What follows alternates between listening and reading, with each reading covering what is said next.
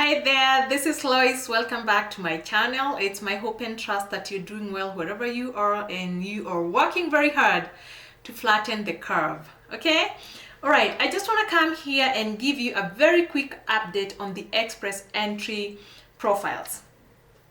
And the information that I give here, as usual, is not legal advice. If you need any legal advice, please consult with me. Send me an email. My email is going to be at the description part of this video. Okay? All right. So there's a lot of questions out there. There's a lot of people. Actually, currently, we still have 147,000 are about there.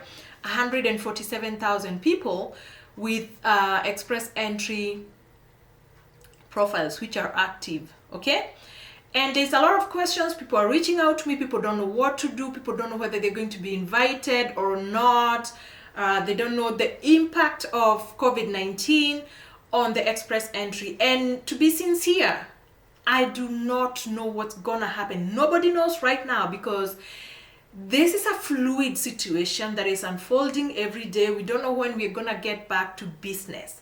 But what I know is that immigration is still processing applications. Yes, you can still submit your applications, and they are still doing draws. There's a lot of draws for the express entry. So they're giving out ITAs, and on April 16, they did invite 3,782 people. That is the candidates who were issued ITAs on April 16.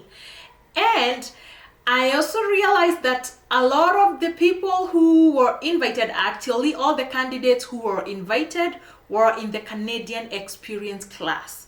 And the draw that time was at 455. In a month, I've been observing this, and we continue to observe.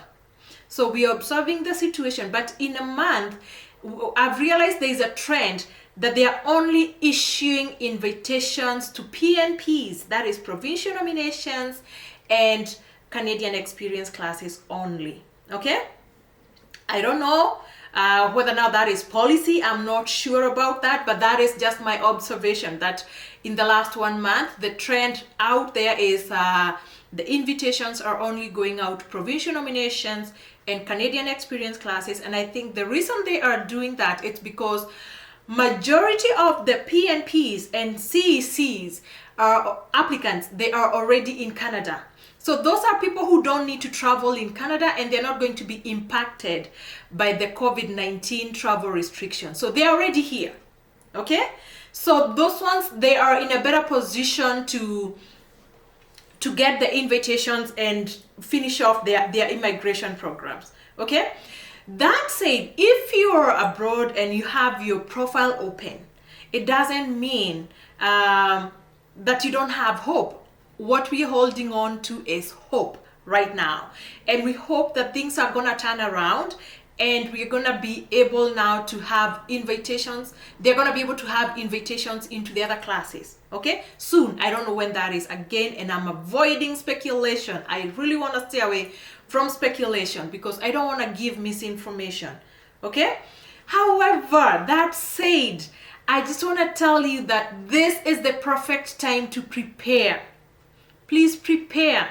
Prepare for your application. Brush up on your language skills. If you want to be doing language, if you can still do language at this time, wherever you are, if you can still do CELPIP and IELTS, this is the perfect time. Brush up. Practice. You're home. You're stuck at home. Practice as much as possible to get the best IELTS score ever. Okay? If you want to process your ECAs, please try and fast track that so that whenever things open up, you're going to be among the first people to pitch in your application.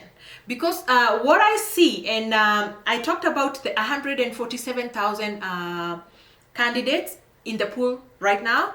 What I know, if this COVID goes on for a few more, let's say a few more months, I don't know, maybe 2, 3, 4 months, a lot of profiles are going to expire. Not just profiles. Language is going to expire. the language credentials are going to expire, and that is going to set some people back off a little bit. So the number in the pool is likely gonna go down a little bit. Guess what? That may mean that maybe the demand is not gonna, the candidates are not gonna be too many there. So the people who are gonna be in the pool are going to be the first beneficiaries if you have good points. Okay, so please prepare. If you have your IELTS, if you have your ECS, please do not hesitate. You're better off in the pool than outside the pool. Please apply.